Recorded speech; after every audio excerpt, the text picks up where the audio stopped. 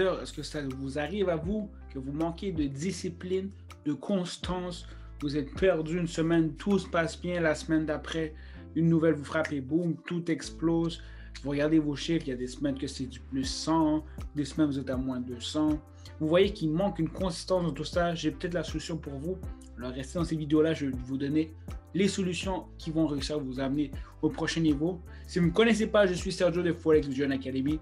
Je suis ici pour vous aider à comprendre le Forex et à devenir des meilleurs traders. Si tu n'as pas eu la chance de donner un petit like, un subscribe à la page, fais ça maintenant parce que mon but c'est de t'aider à devenir un meilleur trader. Alors si tu t'abonnes à la page, tu vas voir la source d'information et en plus qui est quoi? Gratuite mes amis. Alors fais ça tout de suite et pour la suite, on va aller à l'introduction. Damn.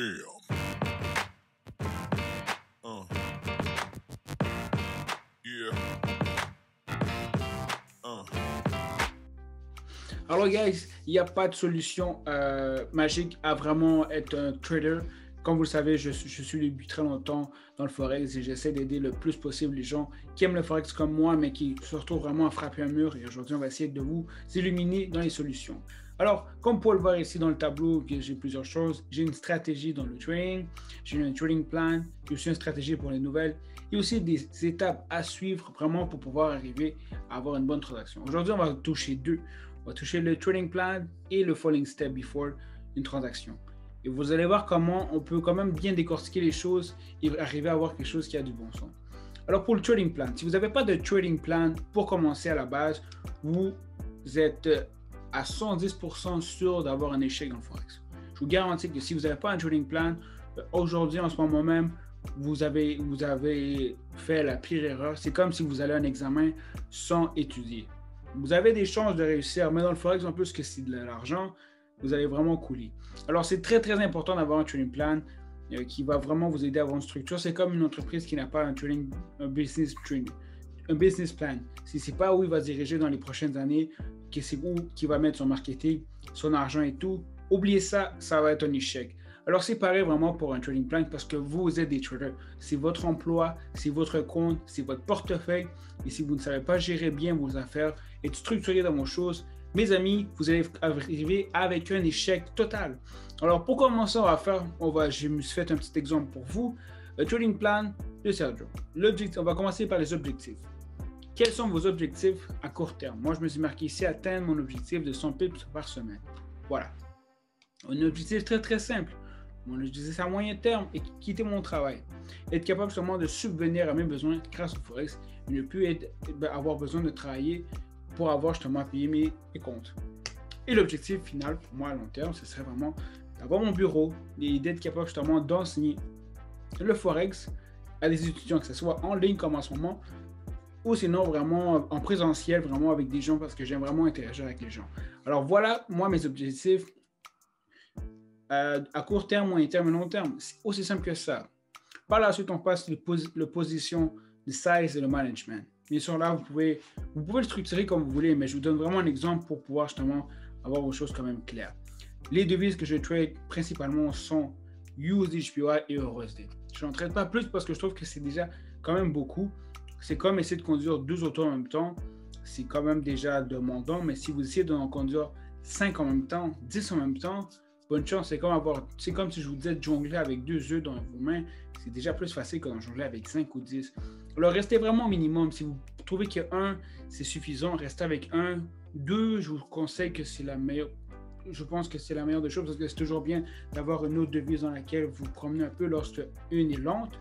Mais plus que ça, faites pas ça. Bien sûr, ça c'est simplement un exemple. Mais dans le risk management, on va le corriger. Risk management, on parle de 2%. On veut vraiment chercher à avoir 2% du compte qui va trader. On parle toujours entre 2 et on va mettre ici entre 2 et 3%. Et bien sûr, à quelques occasions, lorsque vous sentez que le trade peut être bon, allez-y pour 5. Mais ne risquez pas plus que 2 à 3% par transaction dans votre compte. Parce que si vous faites plus, malheureusement, si vous avez vu mes vidéos de risk management, la partie ne va pas durer très très longtemps. Et c'était aussi une des choses qui nous fait que des fois, nous, comme traders, on overtrade. Lorsqu'on overtrade, ce qui arrive, c'est que justement, on va faire plusieurs transactions et votre compte va arriver à 0. C'est pas ça qu'on veut. Bien sûr, par la suite, le risk ratio, Ça dépend vraiment de ce que vous voulez faire. Est-ce que vous voulez risquer 1 pour obtenir 2, vous voulez risquer 1 pour obtenir 3, 1 pour obtenir 4. C'est vraiment à votre guise, comme vous voyez et tout. Par la suite, ça c'est quelque chose qui peut vous prendre beaucoup de temps. Alors soyez très très patient dans ce questionnement. Amusez-vous à essayer si vous êtes plus un scalp, vous êtes plus un swing trader, un intraday trader, un day trader, un long trader. Il y a beaucoup de styles pour de vrai. Moi au début j'étais un scalp. J'ai switché pour un intraday qui est vraiment, tu peux avoir la transaction entre 4 heures et peut-être une journée ou 2 max. Maintenant je suis rendu à faire du swing, c'est-à-dire que je pourrais prendre la position aujourd'hui, le lundi, la laisser aller jusqu'à vendredi, la fermer par la suite. Bien sûr, votre style de trader va vraiment dépendre de votre personnalité, de comment votre horaire de travail, horaire de vie.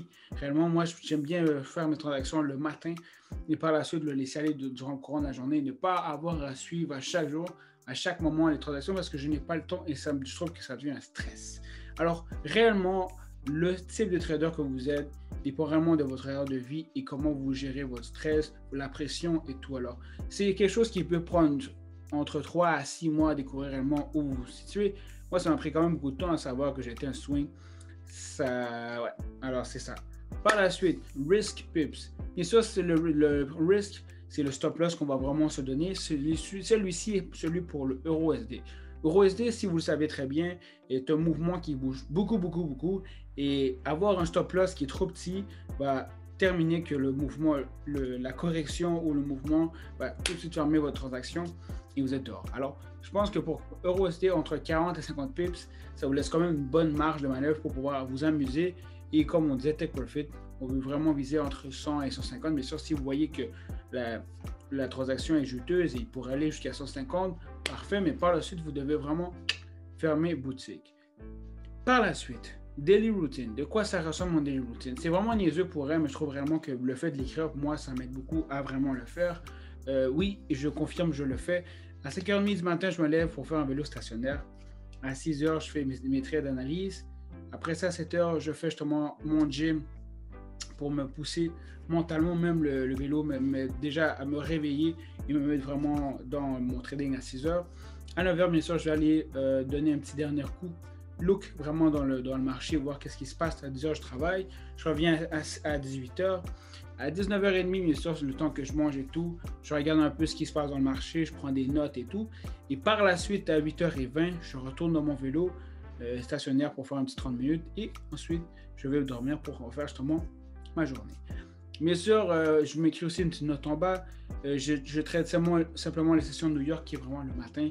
Et le dimanche, j'essaie de justement faire attention parce que des fois, les trades sont très risqués. Mais pareil, des fois, il y a des opportunités.